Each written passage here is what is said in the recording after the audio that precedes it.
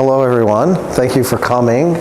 Thank you to Victoria for this show. It's sort of a last minute unexpected pleasure. And of course thank you to Dr. Chazen, who is sitting here, who donated the works generously to the collection for the permanent collection.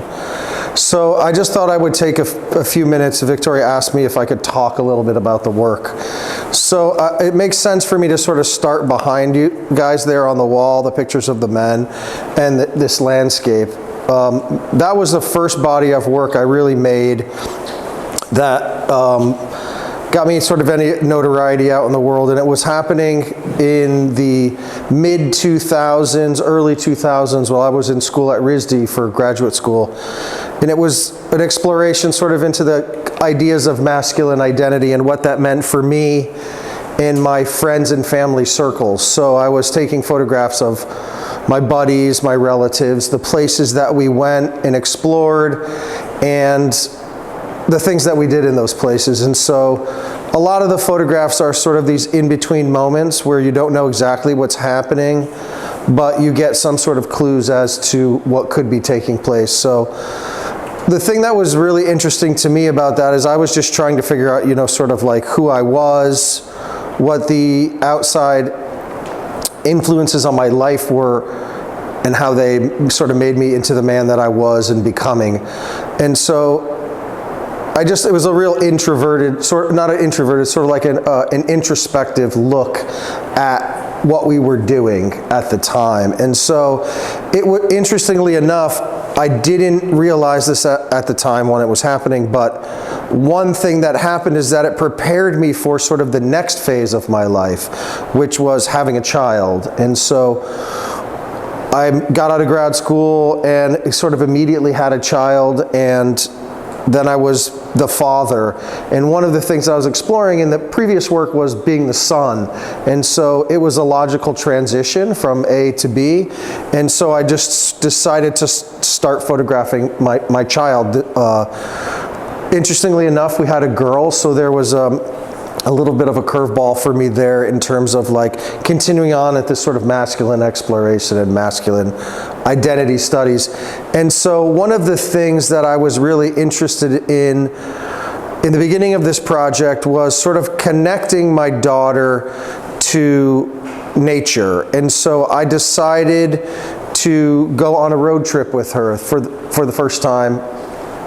She was about 6 years old, so that would have been about 2012, maybe, 2011, 2012. And so it was a new adventure for me because it was such a departure from my previous work and in terms of subject matter. So I took this road trip with my daughter, whose name is Clover, and I didn't really know what I was getting myself into. I just knew that I had sort of transitioned out of this previous project and I was transitioning into something else. It was a bit of an unknown, but I like the concept of going from the son to the father and trying to understand the differences between the two sort of positions in the world and in my life at the time.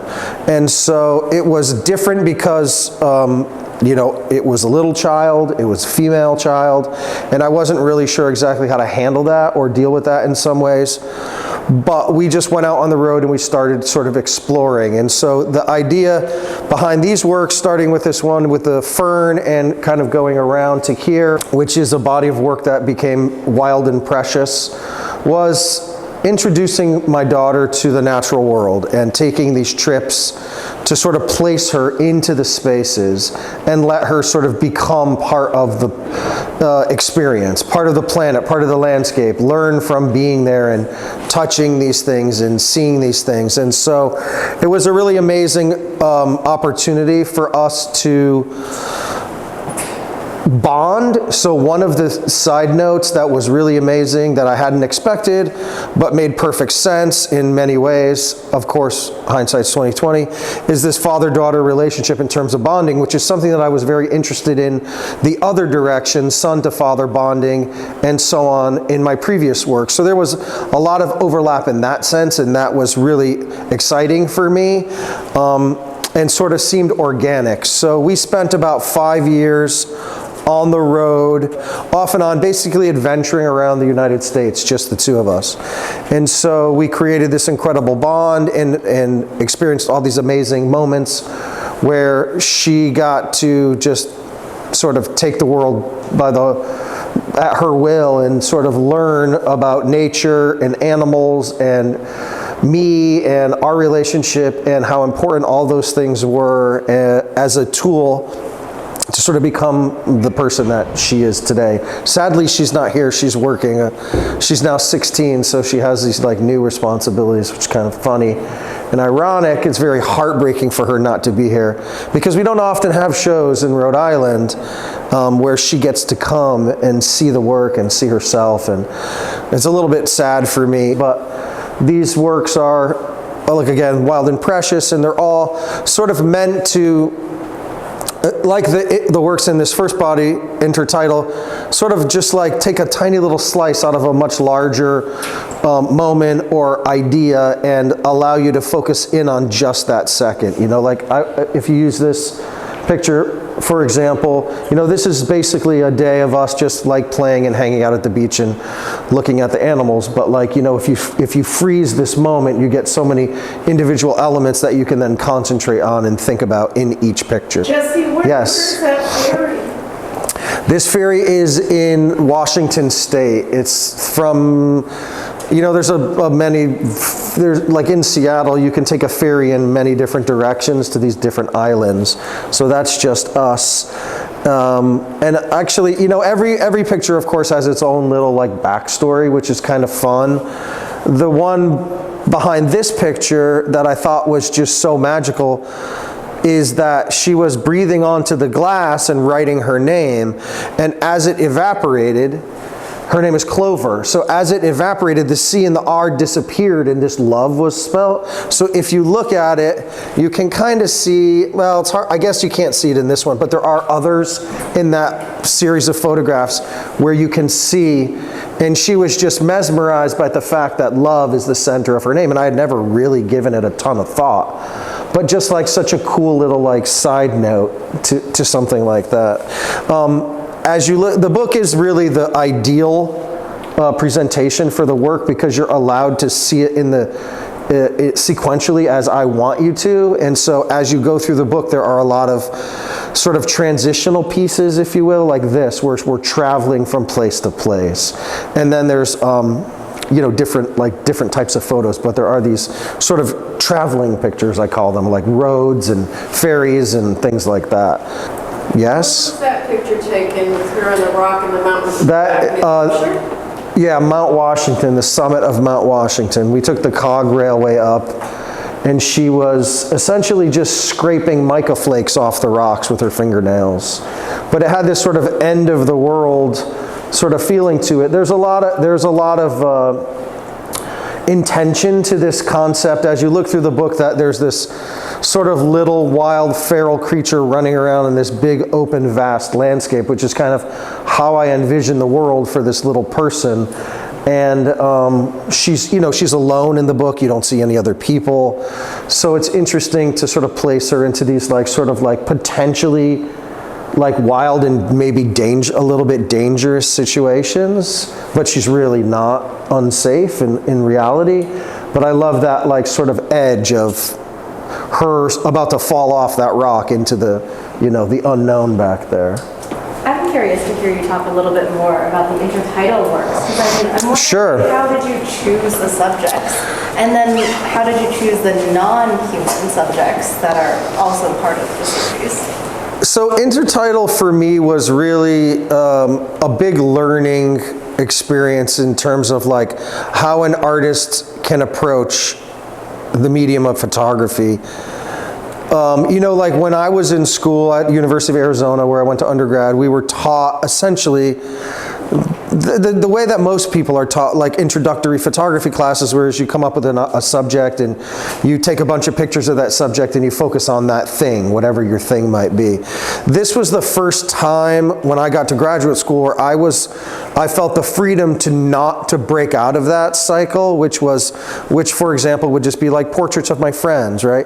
It became portraits of my friends, pictures of the places that my friends went, the beer cans that my friends drank from, the clothes that they wore. It was like all of the elements of this life. So I opened up the sort of like ability to take pictures of anything that felt relatively connected to the spaces or people, to the world, to that world, right?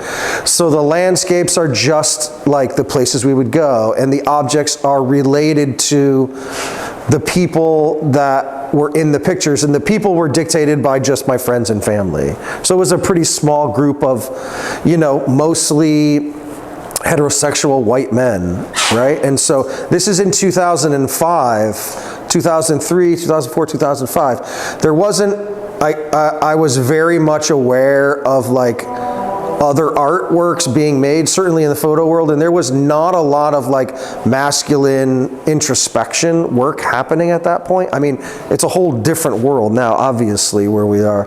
But at the time, there wasn't there wasn't very many people dealing with this. So, which I think is just interesting, because I'm not sure it would have gotten the success that it did then now, because of, whatever reasons. But the objects were chosen mostly just loosely situationally, I would say. Most of the stuff was situational. There was occasions, like, so I think these two pictures on the left here are a good indicator of sort of the breadth of how I made the work. One, on the landscape is literally me just driving around, finding a beautiful landscape that I like that was relevant to where we were, either playing, working, hanging out, something like that, right? So it's very random. The other one was an idea that I had and a prop that I bought with the intention of making a photograph about this idea of masculine identity attached to dominance and power and all of these things, right? That are like historically linked to men, right? White men, whatever, in this country. So I bought that hood, and I said to my friend, I would love to photograph you in this hood because it's meant for hunting in the winter, but it's also sort of like an executioner's mask and a KKK hood, and it's very, sort of like morphed him into this sort of like God in some ways. And so that was like a really deep concept that I was thinking about, and I made it happen. The other one I just found randomly. So like operating in both of those ways, which are so different, but having the work make sense together was really new and exciting for me. So as you look through, there's a book of this work also. It flips between those subjects, like between things like these sort of like typically masculine, heroic concepts, and these very soft, potentially feminine ideas, or photographs that feel lighter and some feel heavier and more aggressive. And the idea is that you get like, a back and forth as you go through them, which has also allowed me to work in a similar way with Wild and Precious, where I photographed not just portraits of Clover, but the landscapes that we interacted in, the hotel rooms that we slept in, the food that we ate, the animals that we found dead and alive, her interacting with the space, her standing posed, and it allowed me to sort of just like have no rules about what I was limited to, which is a really freeing way of working. And so the way that I did it was just by collecting all this data, essentially all these pictures, and then come together, bring it all together, and cull through it at the end, and look for, if you have this idea of, the breadth of the project, like what you want as a whole, from very specific to very general, you can start to piece it together and having like some of these, some of those, some of these, some of those, and then it makes sense, sort of, in a way.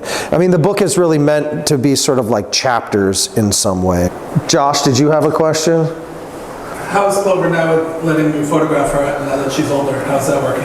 It's good, yeah. I mean, she's totally game for it. I now have 3 children, and I photograph them constantly, and I've been photographing them in a very, life changed, of course, for us after this project landed, so I didn't really have the opportunity to do exactly the same thing again in my life, but doing this project sort of changed my life as a person, and it made me more of a traveler in general.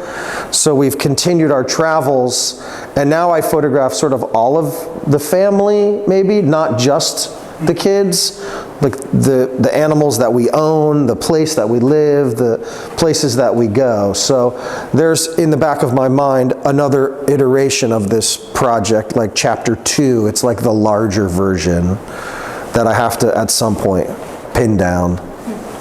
But not yet. I mean, now would be a good time, but yeah, that's the plan anyway. Well, thanks everybody. Thanks, Jesse.